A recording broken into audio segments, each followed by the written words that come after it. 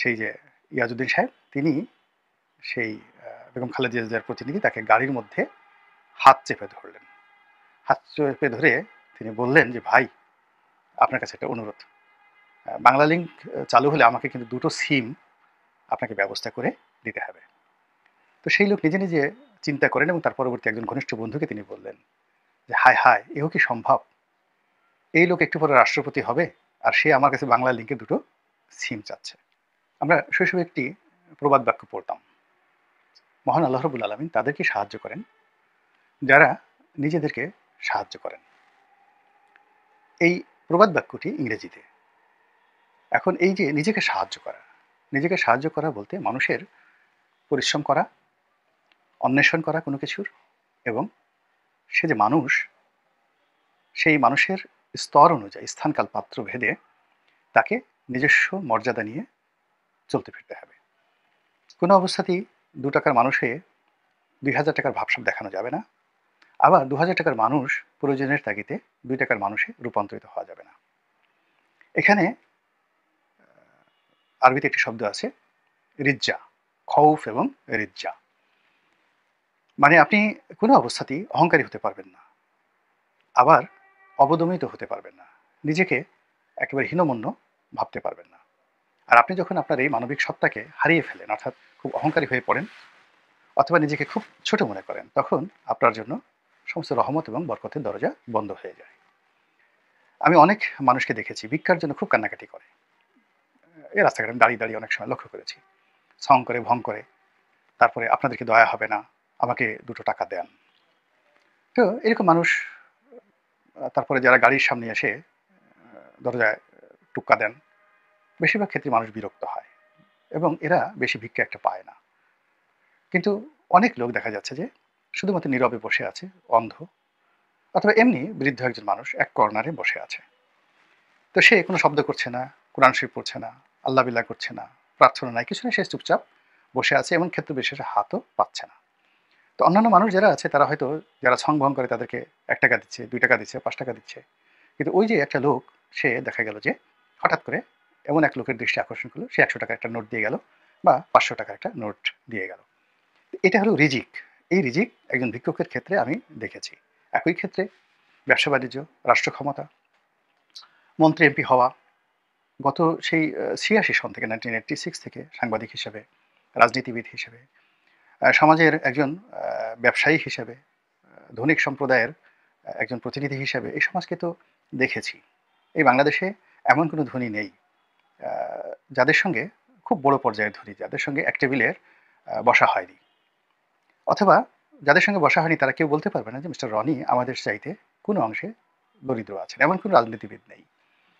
যখন সেই এরশাদ সাহেব রাষ্ট্রপতি ছিলেন, তখন থেকে একেবারে আজ অবধি রাষ্ট্রের সর্বোচ্চ পর্যায়ে, সরকারের সর্বোচ্চ পর্যায়ে প্রধানমন্ত্রী আর রাষ্ট্রের সর্বোচ্চ পর্যায়ে রাষ্ট্রপতি, তাদের সঙ্গে একান্ত বৈঠক করার, বন্ধুর মতো চলার, স্নেহ এবং ভালোবাসা পাওয়ার সুযোগ হয়েছে। তাদের উত্থান দেখেছি, তাদের পতন দেখেছি। কাজেই আমার এই যে ক্ষুদ্র জীবন, এই ক্ষুদ্র জীবনে যেটি সবার কাছে শুনেছি, যারা পেয়েছেন, তাদের বক্তব্য হলো যে কিভাবে যে পেলাম বলতে পারব না।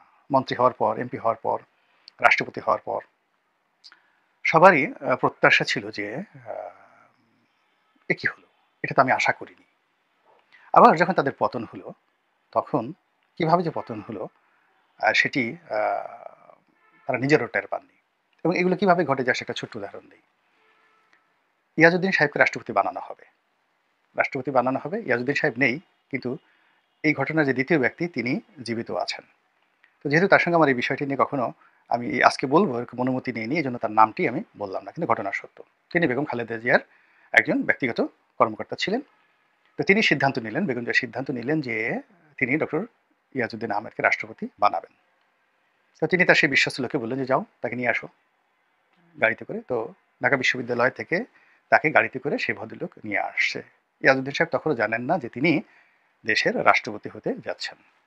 তো তখন এই যে টেলিফোন কোম্পানির মোবাইল সিমের মূল্য ছিল বেশি, সেটের দাম ছিল বেশি। মোর্শেদ খানের একচেটিয়া ব্যবসা ছিল। আর তখন এই টেলিফোন কোম্পানিগুলোকে চ্যালেঞ্জ দেওয়ার জন্য সরকারি প্রতিষ্ঠান সেই বাংলা লিংক, ওই যে এরকম বাংলা লিংক, সম্ভবত বাংলা লিংক সরকারি প্রতিষ্ঠান, এরকম তারা মোবাইল টেলিফোন ছাড়বে কম দামে, সিমের দাম কম, কল রেট কম।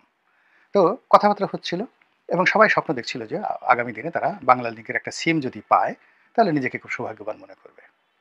তো ওই অবস্থাতে সেই যে ইয়াজউদ্দিন সাহেব, তিনি সেই বেগম খালেদা জিয়ার প্রতিনিধি, তাকে গাড়ির মধ্যে হাত চেপে ধরলেন। হাত চেপে ধরে তিনি বললেন যে, ভাই, আপনার কাছে একটা অনুরোধ, বাংলা লিংক চালু হলে আমাকে কিন্তু দুটো সিম আপনাকে ব্যবস্থা করে দিতে হবে। তো সেই লোক নিজে নিজে চিন্তা করেন এবং তার পরবর্তী একজন ঘনিষ্ঠ বন্ধুকে তিনি বললেন যে, হায় হায়, এও কি সম্ভব?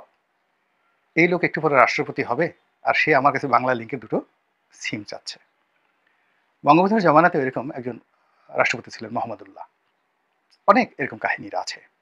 তো যাই হোক, সেদিকে না গিয়ে যেটি বলা যায় সেটি হলো, এখানে যা কিছুই ঘটে, বিশেষ করে রাজনীতিতে, এর বেশিরভাগই নিয়তির টানে মানুষ পড়ে যায়, প্রকৃতির খপ্পরে পড়ে যায় এবং আপনার জীবনে যা ঘটার তাই ঘটে। শেখ হাসিনা ১ মিনিট আগেও, হেলিকপ্টার ওঠার আগেও কল্পনা করতে পারেননি তিনি ক্ষমতা হারাচ্ছেন। আবার এখন তিনি বিশ্বাসই করতে পারছেন না তার ক্ষমতা নেই।